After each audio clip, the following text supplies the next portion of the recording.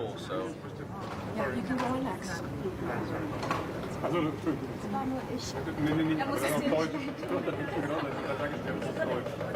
right, you guys are good. Come in.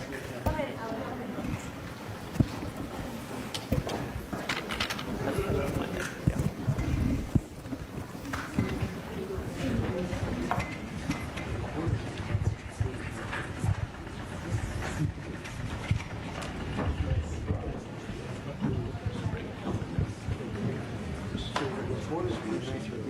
The photographers are very violent. It's incredible. Pretty good fighters.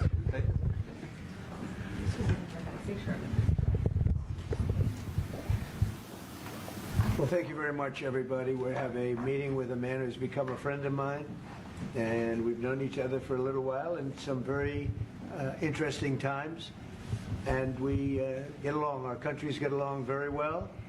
We have a great affinity for each other, and the Chancellor has been very well received in Germany. He's a very successful man, became the Chancellor of Germany, which is a big deal, and he's doing a very good job. In my opinion, a great job, very popular, and the relationship that we have in trade and everything else has been very strong. We've been able to do our deals, and it's been very strong.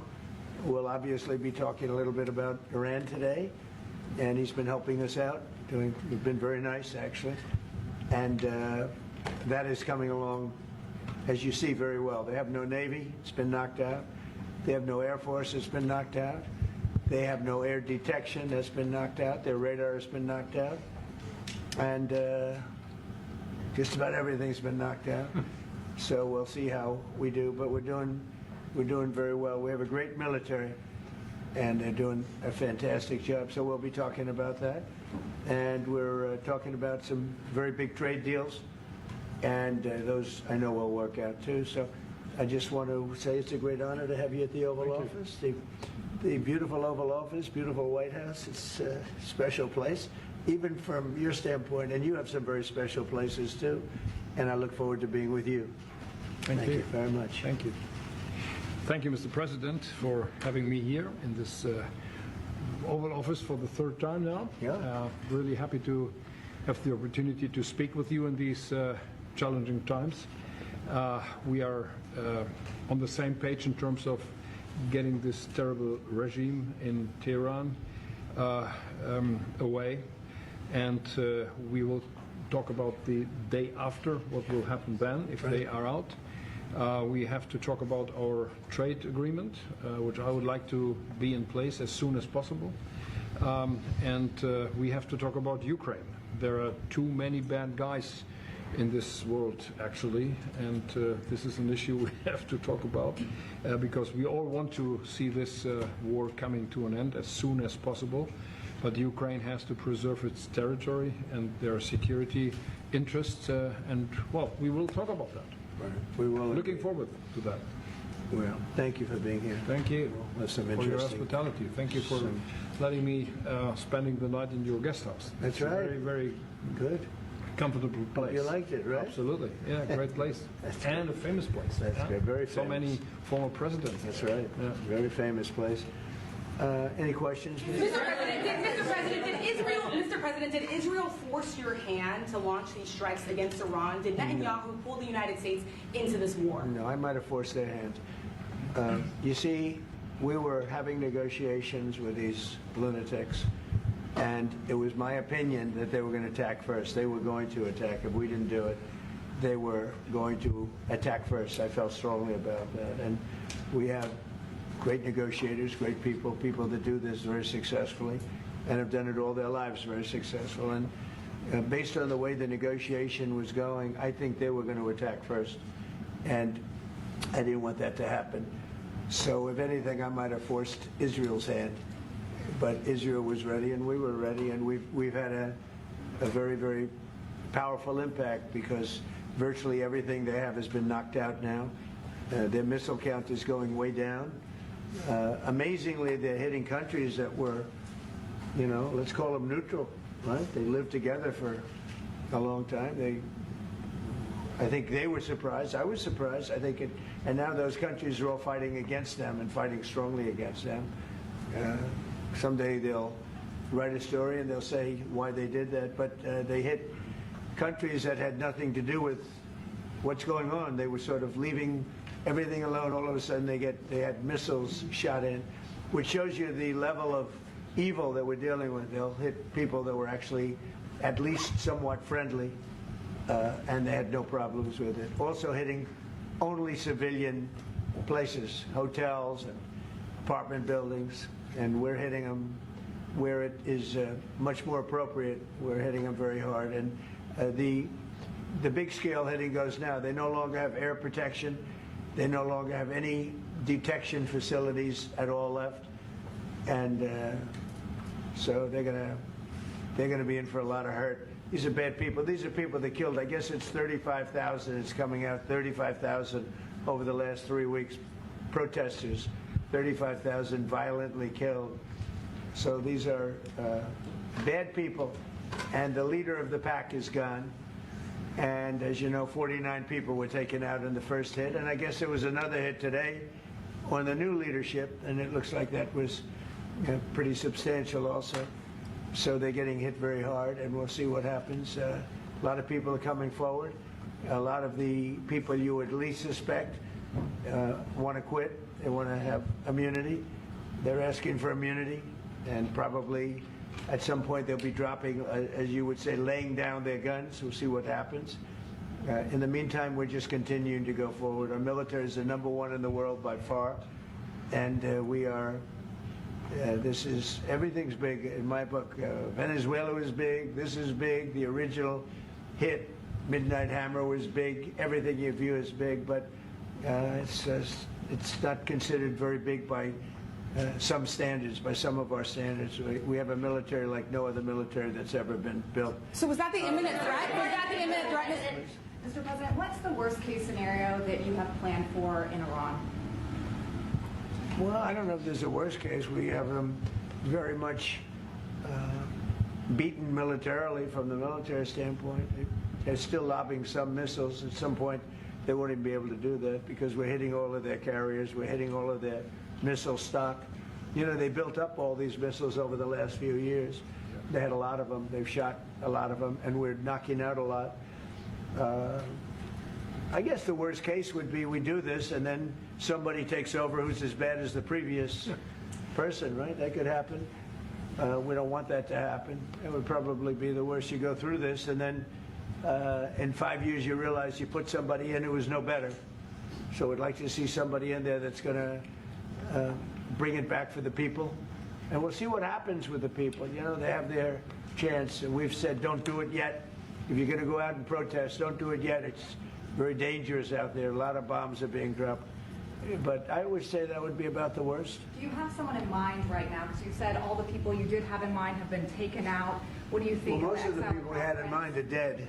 So, you know, we had some in mind from that group that is dead. And now we have another group. They may be dead also, based on reports. So I guess you have a third wave coming in. Pretty soon we're not going to know anybody. But we have, I mean, Venezuela was so incredible because we did the attack and we kept government totally intact. And we have Delcy, who's been very good. We have the whole chain of command, and they've been, you know, look, the relationship's been great. We've taken out 100 million barrels of oil already. And a big part of that goes to them and a big part goes to us. And it's been great. We paid for the war many times over, and we're going to be running the oil. And Venezuela is going to make more money than they ever made, and that's great for the people. The relationship has been great. It's been seamless. Nobody's actually ever seen anything like it. If you look at Iraq, where very stupidly everybody was fired, the generals were fired, the military was fired, the police were fired, the fire departments were fired, and all of the government workers were fired. So after, you know, people would call, they had no idea. And by the way, ISIS was formed. That's where ISIS came from, all of the fired people. We don't believe in that.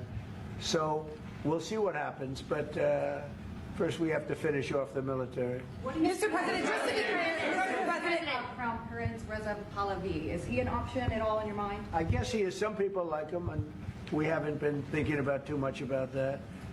It would seem to me that somebody from within maybe would be more appropriate. I've said that. He looks like a very nice person, but it would seem to me that somebody that's there, that's currently popular, if there's such a person. But we have people like that. We have people that were more moderate.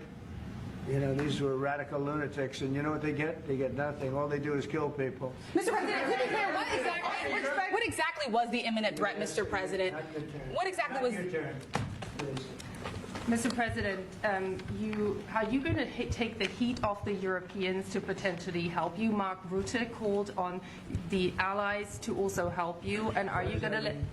Well, you have to ask Mark Rutte. He said not as part of NATO, but to be helpful to you in this. And will you let the Europeans... Some of the European nations have been helpful, and some haven't.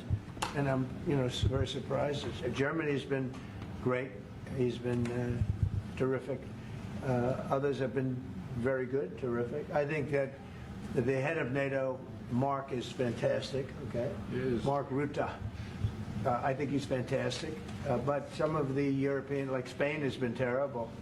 In fact, I told Scott to cut off all dealings with Spain. Spain, first of all, it started when every European nation, at my request, paid 5%, which they should be doing.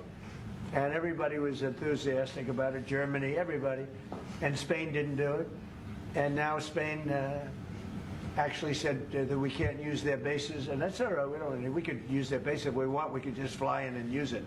Nobody's going to tell us not to use it, but we don't have to. But they were unfriendly, and so I told him we don't want to. Spain has absolutely nothing that we need other than great people. They have great people, but they don't have great leadership. And as you know, they were the only country that in NATO would not agree to go up to 5%. I don't think they agreed to go up to anything. They wanted to keep it at 2%, and they don't pay the 2%. So we're going to cut off all trade with Spain. We don't want anything to do with Spain. What is your expectation towards Germany? By the way, I'm not happy with the UK either. That island that you read about, the lease, okay, he made it for whatever reason, he made a lease of the island. Somebody came and took it away from him. And it's taken 3-4 days for us to work out where we can land there. It would have been much more convenient landing there as opposed to flying many extra hours. So we are very surprised. This is not Winston Churchill that we're dealing with. Mr. President, What are your expectations towards Germany? What can Germany do, and what should Germany do to help you in this conflict?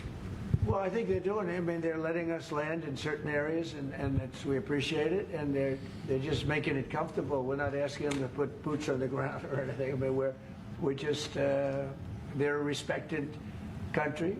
I have a very good relationship with the country. We have, in particular, now with this leader, with this new leader. I think he's an excellent leader. I had my differences with Angela. I said, "You're hurting your country with immigration, and you're hurting your country with energy." And we have a man sitting on my right that is, I think, pretty much the opposite of her on energy and the opposite on immigration. And I think he's doing very well. Mr. President, can you just clarify? Mr. President, commercial air travel right now is severely restricted in the Middle East, and thousands of Americans are stranded. Why wasn't there an evacuation plan, and will you send planes to get people out? Well, because it happened all very quickly. We thought, and I thought maybe more so than most, I could ask Marco, but I thought we were going to have a situation where we were going to be attacked. They were getting ready to attack Israel. They were getting ready to attack others. You're seeing that right now. And a lot of those missiles that are hitting in, those are stationary. Those were aimed there for a long period of time at these other countries. So I think I was right about that. We attacked first. And if we didn't, it could have been, look, we're really decimating them. They're being decimated. And if we didn't, and by the way, we have massive amounts of ammunition. We have the high end. A lot of it was given away stupidly by Biden, very stupidly, for free. And I'm all for Ukraine, but they gave away a lot. As you know, when I give away ammunition, everybody pays for it. The European Union's paying for it. Then they can do what they want with it, but they are giving it, let's say, to Ukraine, and that's okay. But we gave away a lot of high-end, but we have plenty. But we have unlimited middle and upper ammunition, which is really what we're using in this war. And we have really an unlimited supply. We also have a lot of the very high-end stored in different countries throughout the world. We're literally storing it there, which is actually something that I insisted on in my first term. I rebuilt the military in my first term. The military is great.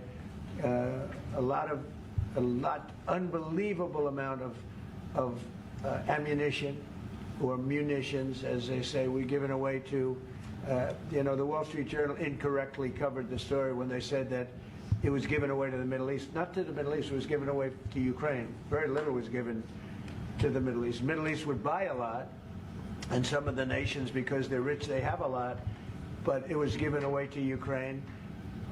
And it just should have been done. Look, it's a war that should have never happened.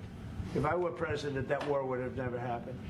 But we have a tremendous amount of munitions, ammunition, at the upper level, middle and upper level, all of which is really powerful stuff. Can you just clarify? Will you help Americans get out of the Middle East? So will you help Americans get out? Both of you, how worried are you that the rising prices for gas and oil are damaging the American economy, and also Mr. Chancellor? Yeah, do you want to go ahead? Yeah, sure. This is, of course, damaging our economies. This is true for the oil prices, and this is true for the gas prices as well. So that's the reason why we all hope that this war will come to an end as soon as possible, and we are hoping that the Israeli and the American army are doing the right things to bring this to an end and to have really a new government in place who is coming back to peace and freedom. Yeah. Something had to be done. And it's been 47 years. They've been killing people all over the world for a long time. They were the kings and fathers of the roadside bomb. Soleimani, we killed him last term. If we didn't, I think it might be a different story today. They would have been much stronger and smarter than they are. But they did the roadside bombs. 95% of the people lost their legs, arms, had their face wiped out, just wiped out. I've seen some young people that it's so sad to watch. And that was almost all, 95% comes from Iran and with Soleimani. Soleimani loved it, his favorite weapon. He loved the roadside bomb. And when you see people walking around with no legs and no arms and a face that's been blown to hell, these people, what they have to go and the way they have to live, this is Iran. When you look at the barracks, the famous barracks, when you look at the hostages, when you look at a lot of hostages, when you look at all of the problems, they were really a purveyor of terror all over the world for many, many years. And it's something that had to be done, something. And I believe that if we didn't, because I see where Congress, if I didn't do this, guys like Schumer, who are losers, the Democrats, they're losers. That's why they're not here. Guys like Schumer would say, well, you should have done this. In other words, if I did it, it's no good. If I didn't do it, they would have said the opposite, that you should have done this. But most people feel, I'll tell you what, I have never had more compliments on something I did. People felt it's something that had to be done. So Mr. President, if we have a little high oil prices for a little while, but as soon as this ends, those prices are going to drop, I believe, lower than even before. can you just clarify, Mr. President, can you just clarify what exactly the imminent threat was? Because we heard... Mr. President. Mr. President, how do you want to solve the conflict on tariffs between EU and US? And this question also goes, the conflict on tariffs between EU and US, how do you want to solve it? And US and who? European Union. How do you want to solve Well, it? Question also goes to we won on tariffs, actually. Somebody said you actually won the case. We won on tariffs. We had a decision that was wrong, which is a very bad decision from certain standpoints. From other standpoints, a very powerful decision because it reaffirmed all the fact that we have all these various forms of tariffs that we felt right, but it totally reaffirmed it. It said you can use all of these tariffs. So we have all these vast menus of tariffs, and tariffs have made our country very rich. We have to charge tariffs to nations who play with their money. You know, they move their money up and down like a yo-yo. We have to take care of nations that have been good to us and fair to us, and we're going to take care of them. Other nations, they haven't, and we haven't let them take advantage of us. But the whole thing with tariffs is we had a decision that, like as an example, we have a license situation, and the license is something that allows us to immediately stop all business with nobody even knew we had this power, but we do now because of the decision. We have the right to stop all business having to do with a certain country. If a certain country is not treating us well, the president, without going to Congress, has the right to stop. Sort of interesting. I have the right to stop, but under that one law, I didn't have the right to charge them. So I have the right to license them, but I don't have the right to charge, which is frankly ridiculous. But the right was given to us by the Supreme Court. And we have the right, as an example, we talked about Spain. I could tomorrow stop, or today, even better, stop everything having to do with Spain. All business having to do with Spain. I have the right to stop it. Embargoes, do anything I want with it. And we may do that with Spain. What do you think? Well, sir, I think we're going to talk about it with you. I know that you have a strong power that the Supreme Court clarified. We know you can use it, and if you need to use it to assure national and economic security, we'll do it. Scott, do you have an opinion? Sir, I agree. The Supreme Court reaffirmed your ability to implement an embargo, and as we've talked, from your first term, the Section 301s and the 232s have withheld more than 4,000 lawsuits, and USTR and Commerce are going to begin investigations, and we'll move forward with those. And we've instituted a 15% tariff on everybody, as you know, and just used. I'll tell you, we had a couple of paragraphs written in that opinion that were really incredible. Justice Kavanaugh wrote a fantastic dissent, but in his dissent he said what we should do, and we knew that too. We just wanted to simplify it, and for some reason, I think, you know, very, very foolishly, the courts decided no, but they said you can do it many other ways, and that's what we're doing. And what we've done is we've gone to a very simple, straight 15% tariff. We've taken in hundreds of billions of dollars in our country because of tariffs. So we've taken in all of this money, hundreds of billions of dollars, and honestly, it's made us very rich as a country, right? So it's been doing good. When will you have the full plan implemented? We have a 5-month period, up to 5 months, where we can go at 15%. And while we're doing that, as you know, we're doing the various studies and things, and we'll be coming out with tariffs, different tariffs on different countries. You want to talk about that? Yes, sir. By the time the 5-month period has elapsed, we'll have completed investigations under Section 301, which Secretary Besson talked about. We know there are countries out there with deals who are very interested in keeping the deals. We need to go through and investigate all these unfair trading practices, the kinds of things you talked about, and make sure that we're protecting U.S. economic security.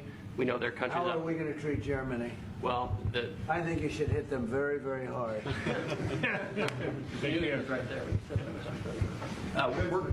They have expressed an interest. Germany's been quite constructive in wanting to move forward and be helpful. You know, the rest of you will talk to them as well. But obviously, I will say every single country wants to make the deal they already have. In other words, a deal that we have using the other authority, they want to make the same deal. And we'd like to see, actually, we're going to adjust it somewhat upward, actually, but they all want to stay in the deal, and so we'll probably be able to do that pretty easily. Mr. President, What does the war mean for Ukraine? After all, Iran won't be able to deliver drones to Russia anymore. So what does this war mean to Ukraine? And having Chancellor Merz sitting next to you, whom would you call if you want to talk to Europe? And Chancellor Merz, you've just been in China. The president will be traveling. What country are you from? I'm from Germany. Okay, I thought so. I could see. So, Mr. Chancellor, you have been in China, and the president will be in China soon. Will you be talking about China as well during this visit? We'll be talking about China, yes. And what about Ukraine? I'll be going to China in a little while. Every time you meet, you talk about China. We respect China. I do. We both do, I think. But it's always a topic of conversation. We've had a very good relationship with China. We used to lose a tremendous amount of money with China, and that's no longer the case. We have a very, very good relationship with China, and we have a very good relationship with Germany. All right. Mr. President, can you clarify? Mr. President, we've seen countries around the world, many of whom don't usually work together, working with the United States on Iran, whether it's Saudi Arabia working with the United States, Israel, Qatari shooting down Iranian aircraft, and we've also seen European countries step up. Why are we seeing such unity around the world against Iran? That's a great point. Look, they're just evil. They're it's not the politics; it's their whole philosophy. It's their whole where they come from. It's terrible. Where they killed 35,000, I thought it was 32. Now it turns out it's much more than 35,000 people, and in some cases using machine guns with people that have no weapon. They have no weapon, and they're being machine gunned. They're being sniped from buildings. They're hitting the people with snipers right through the eyes. It's just a very evil ideology, and nobody's really seen anything like it. As I said, even the fact that they've attacked all of their neighbors, and the neighbors weren't attacking. They thought they'd maybe sit it out or what. They've hit Qatar, they've hit UAE, they've hit Saudi Arabia, they've hit Oman. They were helping us negotiate. They got hit. Everybody got hit because they're evil and they're bad. It's a bad seed, and somebody had to do it. And it should have been done sometime during a 47-year period because so much death has been caused by them, so much unbelievable death. From Germany, too. Germany's been hit. Everybody's been hit by them. It's an evil ideology. And I've never been, look, I've done a lot of good things. So many people say, thank you, thank you, thank you. You see it in the streets of Los Angeles. They have thousands of people. I saw it the other day, pictures of Donald Trump. And I'm looking, I'm on the phone, probably talking to you. And I'm looking, and I see my picture. I say, oh, no, it's another, protest. I see and then I started saying, boy, they were very friendly people. And then I saw a woman hugging the picture of me. I said, what's going on? And it turned out to be these are Iranian people that live in the United States. So many. Thousands and thousands. You saw the rallies. And in New York, too, they had a big rally. My pictures all over the place. The fact is that people are happy what we did. And you could never, and I've always said it, you could never have had true peace in the Middle East if Iran was allowed to go, even beyond the nuclear. If Iran was allowed to have look at all the missiles they built. A lot have been now taken out by us, and a lot have been expended. But they had thousands of missiles in a fairly short period of time. And I'll go two things. The attack that we did, known as Midnight Hammer, had we not done that, Iran would have had a very powerful nuclear weapon within 1 month. We did it. It was great timing, but, and you've been able to see that too. The other thing was Barack Hussein Obama made maybe the worst deal I've ever seen because he gave all power in the Middle East to Iran. He went the exact opposite way, and I terminated that.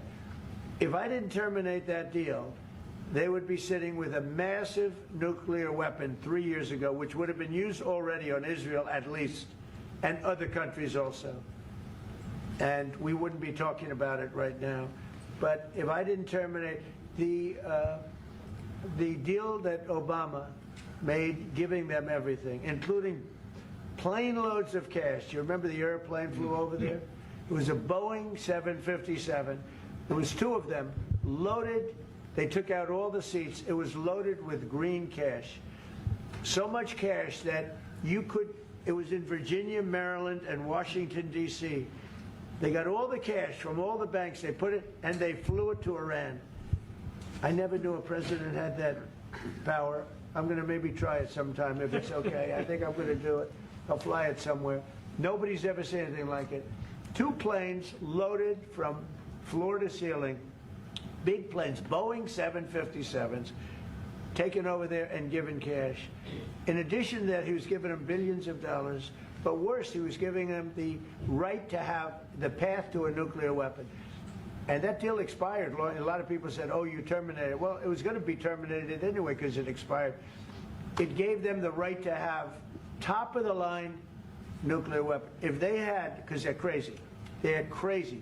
Just like the people on my right during the State of the Union. I looked at them, I said, you're crazy? These people are crazy. And if they had a nuclear weapon, they would have used it. All right, how about one? Can you just clarify really quickly, Mr. President? Go ahead, please. Chancellor Merz, you just heard that the President is thinking about punishing Spain. What are your thoughts spontaneously on this, and what can you do to,